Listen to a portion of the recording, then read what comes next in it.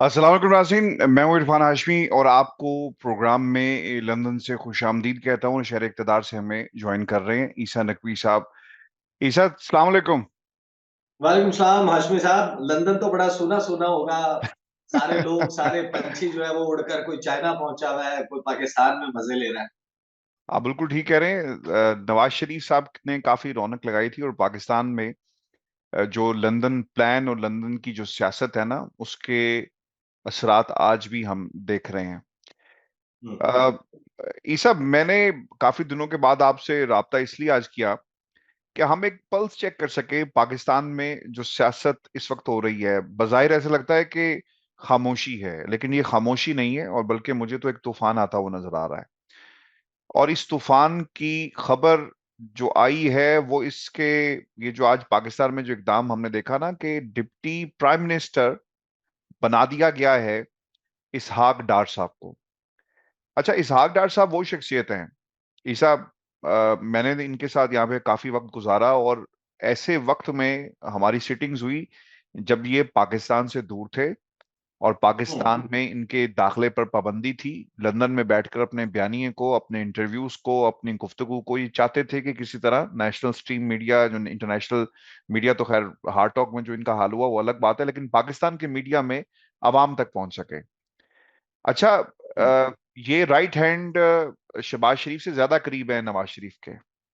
और बिल्कुल इसहाक ऐसा डार है। साहब वो शख्सियत है जिनके बारे में ये ख्याल समझा जाता है कि जब इन्हें वजीर जो आपका खजाना नहीं बनाया गया, तो नवाज शरीफ साहब की ये हार थी और नवाज शरीफ को ही ये पैगाम दिया गया। और इस्लामाबाद के बहुत सारे सहाफियों से जब बात करें, और जो इस वक्त बाखबर जराए हमें बताते हैं कि बकायदा ये मैसेज दिया गया था कि एनी बॉडी बट डार, लेकिन वो कुर्सी हम्म। उनको कोई और मिली, और जो कुछ इस वक्त हालात है वो आपके सामने है।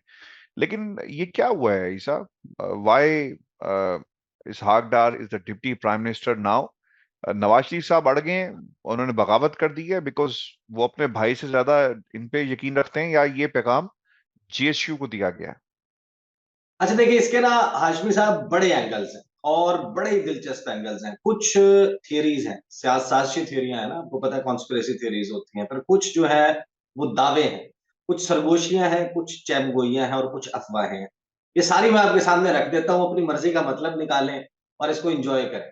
देखिए, सबसे पहली बात तो ये कि ये जो नाइब वजीर आजम है, डेप्टी प्राइम मिनिस्टर, इस नाम का कोई ऐसा ओहदा एग्जिस्ट नहीं करता पाकिस्तान के आइन में, कानून में, हम्म। कि जिसकी कोई गुंजाइश हो। यानी आप प्राइम मिनिस्टर का नाम सर्च करेंगे, आपको आइन में मिलेगा ये होता है वजीर आजम, ऐसे बना जाता है वजीर आजम। जब आप वजीर आजम बन जाते हैं तो आपका इख्तियार ये होता है, आपकी जिम्मेदारियां ये होती हैं। आपको वजीर आजम बनने के लिए किस प्रोसेस से गुजरना होता है, और अगर आपको वजीर आजम की कुर्सी से हटाना हो तो उसके लिए क्या प्रोसेस है। जब आप वजीर आजम बन जाते हैं तो फिर आपके पास कौन कौन से इख्तियारात होते हैं, किस किस शख्स की अपॉइंटमेंट, तैनाती आप कर सकते हैं, किसको उसके ओहदे से हटा सकते हैं, किसको नोटिफाई कर सकते हैं, किसको डी नोटिफाई कर सकते हैं, किसको कितने सवाबदीदी कोटे से फंड्स जारी कर सकते हैं। अब नायब वजीर आजम का जब नाम ही मौजूद नहीं है तो ये भी नहीं मौजूद कि इसने करना क्या है। तो ये है सिर्फ एक title, that is number one. Hmm. अब एक शख्स को जो कि इलेक्टेड नहीं है through the votes of the people, hmm. लोगों के वोट से इलेक्ट नहीं हुआ, उसको आपने नाइब वजीर आजम का ओहदा एग्जीक्यूटिव ऑर्डर से क्रिएट करके काबीना डिवीजन से नोटिफिकेशन करवा के कहा कि इस शख्स को हम नाइब वजीर आजम बना रहे हैं। सबसे पहला तजाद इस बात में क्या है, इससे पहले भी रहे हैं नाइब वजीर आजम, परवेज इलाही साहब पाकिस्तान पीपल्स पार्टी के दौर में, वो थे दूसरी जमात से। आपने एक और शेयर होल्डिंग देनी थी अपने किसी इत्तेहादी को। यानी आप सेम फेदर के, सेम कलर के, सेम क्रीड के, सेम कास्ट के जो बर्ड्स हैं, उनके दरमियान इस किस्म के होते नहीं बांटते। आप ये टाइटल देते हैं कि आपने किसी को वेटेज देनी है, फॉर एग्जाम्पल। इसमें हैरानी ना होती, इसकी कोई दलील मौजूद होती अगर पाकिस्तान पीपल्स पार्टी ज्वाइन कर रही होती कैबिनेट और बिलावल को इन्होंने बनाना होता नायब वजीर आजम। यहां पर नून लीग का वजीर आजम है शहबाज शरीफ, और नून लीग का एक वजीर है, उसको उठाकर नायब वजीर आजम बना दिया। सबसे पहला पहलू इसका यह है कि ये आने वाले 2 से 4 दिन में वाजे हो जाएगा कि हुकूमत या इस्टेब्लिशमेंट या शहबाज शरीफ अपने कौन से वजीर पर अदम एतमाद का इजहार कर रहे हैं। अपनी हुकूमत के किस एस्पेक्ट के ऊपर खुद नो कॉन्फिडेंस का इजहार कर रहे हैं, जो महकमा शहबाज शरीफ साहब, इसहाक डार साहब को इजाफी दे दिया जाएगा। यानी आने वाले दिनों में अगर उनको कहा जाता है कि आप ओवरऑल इकोनॉमी के, फाइनेंस के, मईशत के, सरमायाकारी के मामलात देखें, इसका मतलब यह है कि मोहम्मद औरंगजेब साहब third month into the office fail हो चुके हैं। यानी अगर आप वजीर खजाना लगाकर एक कुल वक्ती उसके ऊपर एक चेक क्रिएट करेंगे, यानी कि उसका एक बॉस क्रिएट करेंगे, उसकी फाइनेंस का सेक्रेटरी जो है वो औरंगजेब साहब के साथ किसी और शख्स को भी रिपोर्ट करेगा नहीं, अदर देन अच्छा, प्राइम वो मिनिस्टर। देखिए ना, वो जो कॉमन इंटरेस्ट के अंदर तो पैगाम आ गया था कि खबरदार कि नोटिफिकेशन वापस लिया जाए। हमने तो यही सुना और यही देखा, तो वो फिर करना पड़ा। मुझे लगता है ये कि कहीं ना कहीं ये नवाज शरीफ साहब इनको घुसाना चाहते हैं, सिस्टम के अंदर बिठाना चाहते हैं, या फिर ये जिद का मामला है। जो नवाज शरीफ साहब ने चाइना जाते वक्त ख्वाहिश का इजहार किया कि मैं आ रहा मैंने था उस उनको तरफ। साथ मैंने उनको लेकर जाना है, फिर कतर का दौरा, फिर सऊदी अरब का दौरा, ऐसा लगता ही है कि नवाज शरीफ साहब चाहते थे कि मैं प्राइम मिनिस्टर बनूं, लेकिन वो बने नहीं। उनको बताया गया कि भाईजान तुसी प्राइम मिनिस्टर नहीं है, प्राइम मिनिस्टर कोई और है, और आप अपनी टीम ना लाएं, हमने जिसको लाना था लाल। मुझे कहीं ना कहीं लगता है कि नवाज शरीफ साहब, जो पंजाब में रिवाइवल की बात हो रही है, सदारत नवाज शरीफ साहब को देने की बात हो रही है, पार्टी की ख्वाहिश की, कहा जाता है जी कि ये पंजाब की ख्वाहिश है नवाज शरीफ दोबारा से पार्टी को संभाले। नवाज शरीफ साहब को खतरा ये लग गया है कि भाई के अगर हाथ में मामला रहे, तो जिसका ये जो आपकी 65 साल से जायद उम्र अगर हो जाती है, उसमें नौकरियां आप दे सकते हैं, फिर दूसरे इख्तियारात, शहबाज शरीफ अपने हाथ काट काट के सारे इख्तियारात जो है वो तकसीम कर रहे हैं। तो नवाज शरीफ साहब को शायद ये एक्सटेंशन वाली गेम जो है, या पसंद नहीं है, और मामलात वो चाहते हैं कि पूरा कंट्रोल इनके पास रहे, इससे पहले कि बात आगे बढ़े, इस खेल को यहीं पे खत्म किया जाए और अपने बंदों को आप इंजेक्ट करें। मुझे तो लगता है ये कि आने वाले दिनों में ये आपने तो कहा ना कि कोई किसी से अगर अदम एतमाद का इजहार कर दिया किसी भी कारकर्दगी के ऊपर, मुझे लगता है ये है कि शहबाज शरीफ के पास इख्तियार है कि वो 2 3 4 5 वजारतें भी इसहाक डार का साहब को दे सकते हैं, और हुकूमत फिर ये चलाएंगे। देखिए, मैं बहुत सारे पहलुओं में से एक पहलू के ऊपर अभी बात की थी। अभी मैं आपको बताता हूँ, देखें ये सारा किस मंजरनामे में हो रहा है। वो एक ऐसे मंजरनामे में रहा है जहां पर इसहाक डार साहब जो है, वो आपको पता है कि कोटे पर है। वो है मियां मोहम्मद नवाज शरीफ का कोटा। मियां साहब के कोटे के ऊपर जब इनकी पहली मुलाकात हुई थी, उसकी एक तस्वीर जारी की गई थी। उस तस्वीर में आपको बेसिकली फॉरेन अफेयर्स की टीम बताई गई थी कि इनको नहीं मिल रही वजारत खजाना। फॉरेन अफेयर्स की टीम में शहबाज शरीफ बैठे हुए थे, उनके दाएं हाथ पे, यानी टेबल के सामने नहीं, टेबल के साइड के ऊपर इसहाक डार साहब बैठे हुए थे, और सामने तीन लोग बैठे हुए थे। एक थे जलील अब्बास जिलानी साहब, जो कि निगरान वजीर खारजा रहे। एक मौजूद थे तारिक फातमी साहब, और उनके साथ फॉरेन सेक्रेटरी साहब मौजूद थे। ये थी बेसिकली खारजा की टीम। और ये कहा जा रहा था कि जलील अब्बास जिलानी जो है उनको मशीर लगाया जाएगा, तारिक फातमी साहब स्पेशल असिस्टेंट होंगे, प्राइम मिनिस्टर ऑफिस में देखेंगे, इसहाक डार साहब वजीर खारजा होंगे, और सेक्रेटरी खारजा होंगे साइरस काजी साहब। और ये है वो टीम जिसने पाकिस्तान में फॉरेन अफेयर्स को आगे लेकर चलना है। होता ये है कि शहबाज शरीफ साहब बना देते हैं इसहाक डार साहब को। इसहाक डार साहब ने बनने के बाद वजीर खारजा, ये जो एग्जैक्टली अगला एक इजाफी टाइटल लिया है, उसमें कहानी बड़ी दिलचस्प है। मैं जरा quickly I go through that. ये वजीर खारजा बनते हैं। वजीर खारजा बनने के बाद इनको एक ड्यूटी असाइन की जाती है कि वजीर आजम पाकिस्तान ने जाना है ब्रसल्स न्यूक्लियर एनर्जी समिट में शिरकत के लिए। और वजीर आजम पाकिस्तान में सेनेट के इंतखाबात की वजह से मसरूफ है, लिहाजा वो पाकिस्तान की नुमाइंदगी के लिए इसहाक डार साहब को कहते हैं कि आप चले जाएं और आप मेरी जगह नुमाइंदगी करें। अब इसहाक डार साहब जो है वो ब्रसल्स जाने के बजाय वो लंदन आते हैं। ये तो अब आप बताएं लंदन क्यों आते हैं। वो अगर लंदन उनकी कोई मीटिंग नहीं होती और उनको कोई इनविटेशन नहीं होता, दुनिया का कोई वजीर खारजा, आप लंदन बैठते हैं, आप मुझे बताएंगे ऐसे मुंह उठाकर लंदन आता है बगैर इनविटेशन के, जिसको कोई सरकारी तौर के ऊपर दावतनामा मौसूल ना हो, यहाँ पर आते हैं, हाई कमीशन जाते हैं, वहां पर उनको अपना फिलोसफी बताते हैं कि इकोनॉमिक डिप्लोमेसी क्या होती है और पाकिस्तान के सफारत खानों को कैसे काम करना चाहिए। फिर यहाँ से उड़ते हैं, वो ब्रसल्स चले जाते हैं। ब्रसल्स एक दिन गुजारने के बाद वो वापस लंदन आ जाते हैं। हम्म। 2 दिन वो फिर मजीद लंदन में गुजारते हैं। उनका हम मनसब मौजूद नहीं है। वो दो स्टेट मिनिस्टर के लेवल के लोगों से मुलाकात करके वापस आ जाते हैं और वहां पर बैठकर अपनी first major foreign policy pronouncement करते हैं कि इंडिया के साथ ट्रेड। तो इसहाक डार साहब जो है फाइनेंस मिनिस्टर के तौर के ऊपर, तो अब बात यह है कि अगर तो उनकी ये ख्वाहिश है या लगता ये है कि इनको कोई लिफ्ट नहीं करवाता सिर्फ वजीर खारजा के तौर पर, अगर हम इनको नायब वजीर आजम बना देंगे तो इनको दुनिया में थोड़ा सा इज्जत मिलेगी, इन्विटेशन भी मिलेंगे, लोग बुलाएंगे भी।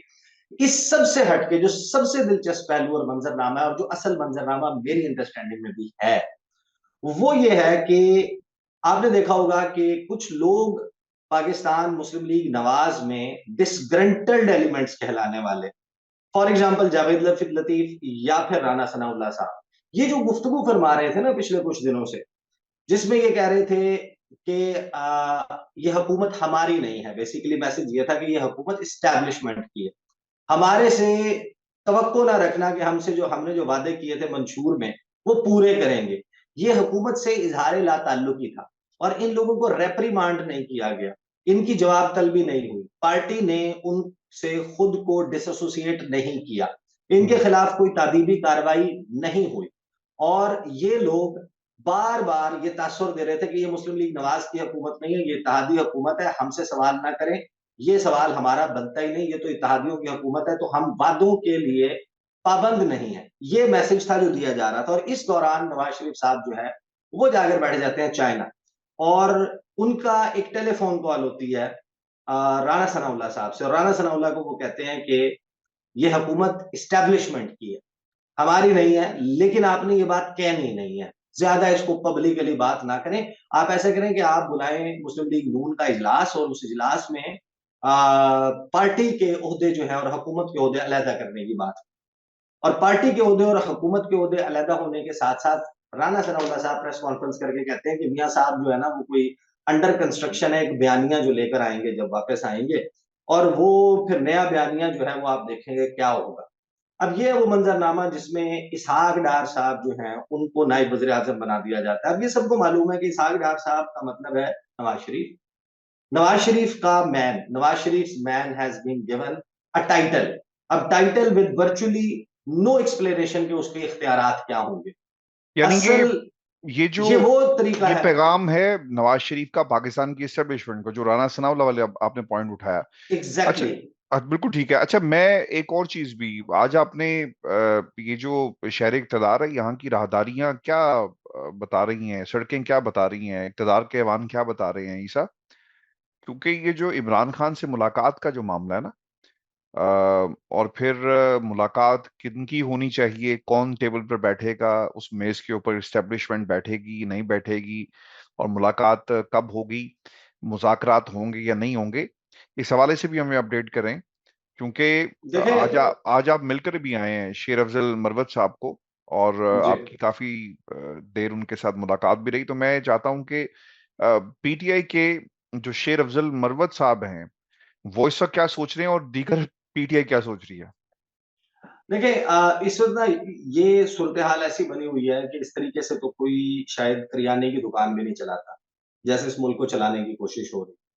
आपने हुकूमत बना ली, हुकूमत जिस प्रोसेस के तहत बनाई उसके ऊपर एक बहुत बड़ा सवालिया निशान मौजूद है। उसके बाद आप अब आकर डिप्टी प्राइम मिनिस्टर जो है वो एक शख्स को बना रहे हैं। इसका मतलब यह है कि समथिंग वाज़ रॉन्ग, हम्म। कुछ चीज़ें नहीं चल रही थी, कुछ मामला ठीक नहीं चल रहे थे। तो प्रोडक्ट नहीं बिक रही होती। आपने जाके देखा है कभी किसी कैश एंड कैरी में आप जाते होंगे, आप किसी बड़े डिपार्टमेंटल स्टोर पर जाएँ, एक साबुन पड़ा होता है, वो साबुन बिक नहीं रहा होता या बल्क में प्रोड्यूस हो जाता है, या उसके ऊपर कोई ऑफ लगा दिया जाता है, सेल लगा दी जाती है, या उसके साथ एक साशे जो है वो किसी शैम्पू का चिपका के कहते हैं कि ये लें, अब खरीद लें, इसके साथ शैम्पू फ्री मिल रहा है।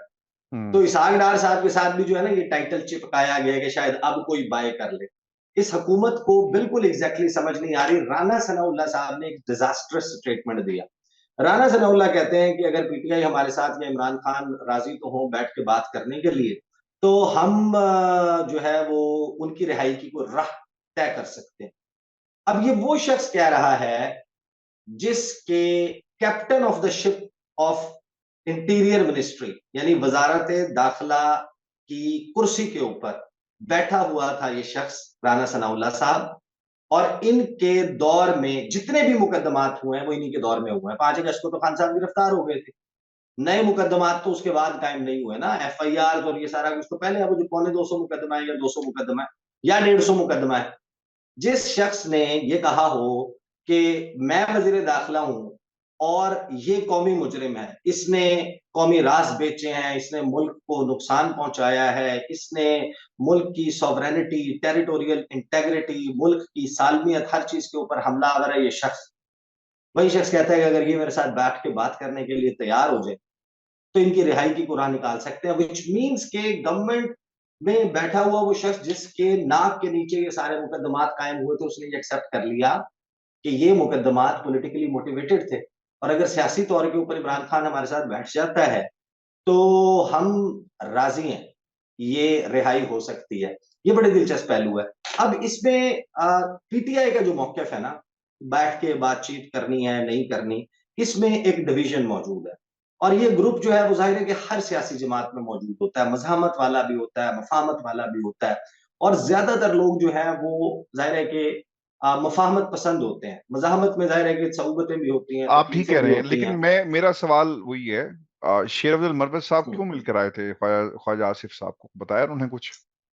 देखिए, जो मुलाकातें हैं, जो मेरी मरवत साहब से बात भी हुई इसके हवाले से भी, और दीगर जो उनके वाइब्स, कभी वो पॉजिटिव वाइब्स पीपल्स पार्टी के हवाले से दे रहे होते हैं, उनके दीगर लोग इसके हवाले से बात कर रहे होते हैं। देखिए, जो कुछ भी है, Sher Afzal Marwat enjoys the confidence of Imran Khan. हम्म।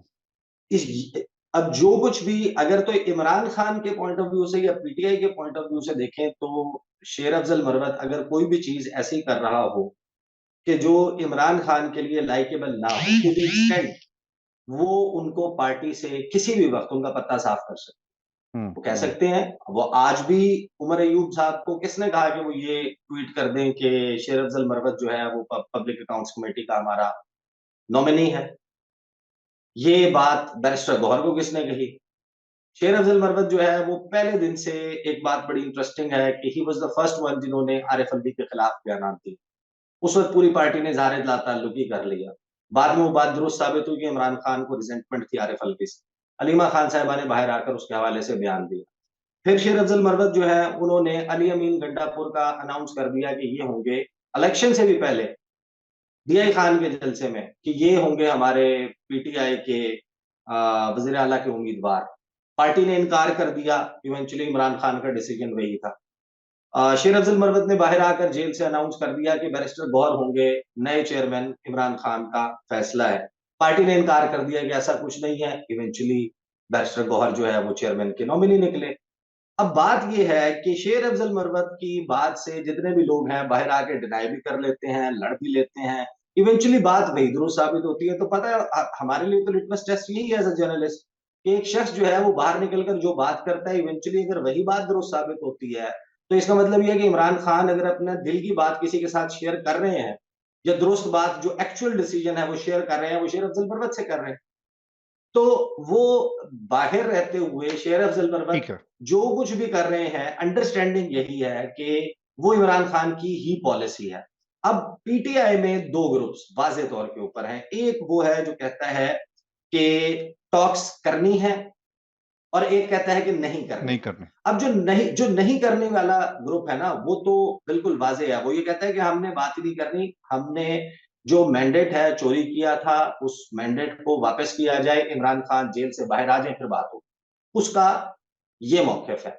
जो बात का इस तमाम शराइत के माने बगैर करने का हामी है, उसमें 2 ग्रुप्स हैं। एक ग्रुप वो है जो ये कहता है कि सियासी लोगों से बात कर लें, सियासी लोगों से भी बात कर लें। एक ग्रुप वो है हम्म। जो ये कहता है कि बात सियासी ग्रुप से कैसे की जाए, इनके तो पल्ले कुछ नहीं। यानी हम्म। कि जो अपनी वज़ारतें खुद ना यानी तय कर जब सकते भी हों, जब भी जो बात होगी, पाकिस्तान तरीके इंसाफ का, अगर सबका मौकिफ देखे ना, जितने भी स्टेटमेंट्स हैं, मुझे ईसा इनमें सब में एक कदर मुश्किल ये लगी कि सब ने ये कहा कि सब पहले खान को, बुशरा बीबी को, बाकी लोगों को रिहा करो, और 9 मई का बयानिया जो है इसको पीछे किया जाए, और फिर हम सिर्फ पाकिस्तान की स्टैब्लिशमेंट से बात करेंगे, क्योंकि ये तो फॉर्म 47 वाली हुकूमत है। ये मुझे एक कदर जो है वो मुश्तरक नजर आई है। अ, अ, इंशाल्लाह ईसा हम इस सिटिंग को कंटिन्यू अब करेंगे, और रेगुलर इंशाल्लाह। और पाकिस्तान के हालात कैसे हैं उसके ऊपर आपसे काय-बकाय मैं जो है इनपुट मैं लेता रहूँगा इंशाल्लाह इसी प्लेटफ़ॉर्म पे। फिर ये शो थैंक यू। था आज का हमारा। अपने कमेंट ज़रूर भेजिएगा, चैनल को सब्सक्राइब करें। मुझे और ईसा नकवी को इजाज़त दीजिए। अल्लाह ने के अल्लाह हाफ़िज़।